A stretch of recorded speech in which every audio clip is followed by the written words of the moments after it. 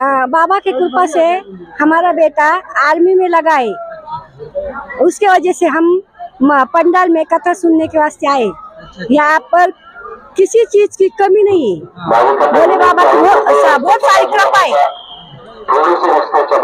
हम यहाँ मंडा पैठन से बोल रहे हैं, पैठन तालुके से। तो दोस्तों देख सकते हैं बाबा की ऐसी कृपा है। मैया बता रही हैं कि इनका बेटा जो है आर्मी में हो चुका है। ऐसी बाबा की कृपा है। जो आचार्य पंडित प्रदीप मिश्रा जी उपाय बताते हैं, उनके उपाय बताए हुए नियमों पर जो लोग भक्त चलते हैं उनके जीवन में अवश्य लाभ होता है और जीवन जो है खुशहाल होता है। और मैया भी बताए कि उनका बेटा आर्मी में है। बताइए कितनी उत्साह की बात है और कितनी बड़ी बात है कि इतनी बड़ी कृपा हो रही है बाबा की कृपा से। हेलो, मैं एक बात कहना चाहता हूँ कि भगवान की तो कृपा है, महाराज स्वामी जी की और अपने महाराज कृपा है। इसमें हमारे परभणी के बंडू यादव है, इनकी बहुत कृपा है क्योंकि इतना बड़ा अन्नदान कर रहे हैं। श्री शिवाय हर हर महादेव। तो दोस्तों ये वीडियो जो यही एंड करते हैं। देखिए कितना ज्यादा भक्तों का उत्साह है। यहाँ पर लाखों भक्तों का जीवन बदल रहा है भोलेनाथ जी की कृपा से और लाखों भक्त जो है यहाँ पर उनके जीवन में बदलाव हो रहा है।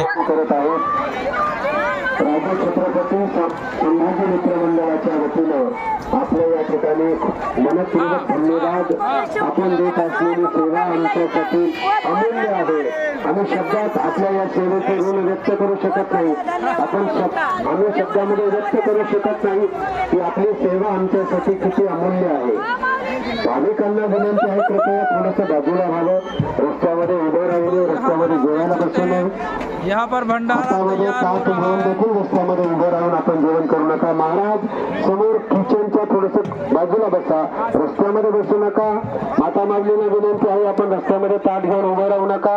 स्वयंसेवकांना त्या स्टॉल पर्यंत प्रसादाचा पुरवठा करण्यासाठी आपण रस्ता मोकळा करून ठेवा, रस्त्यामध्ये बसू नका, कृपया सर्वांना विनंती आहे।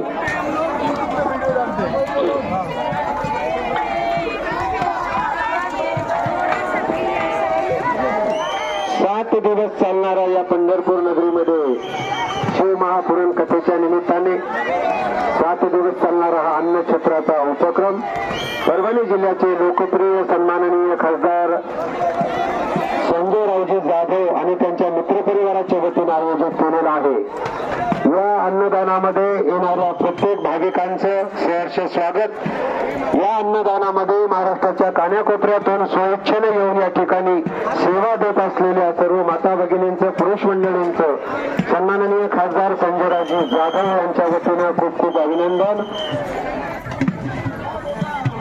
माऊली थोडं समोर बसा, मावशी रस्त्याच्या समोर बसा, रस्त्यामध्ये बसू नका।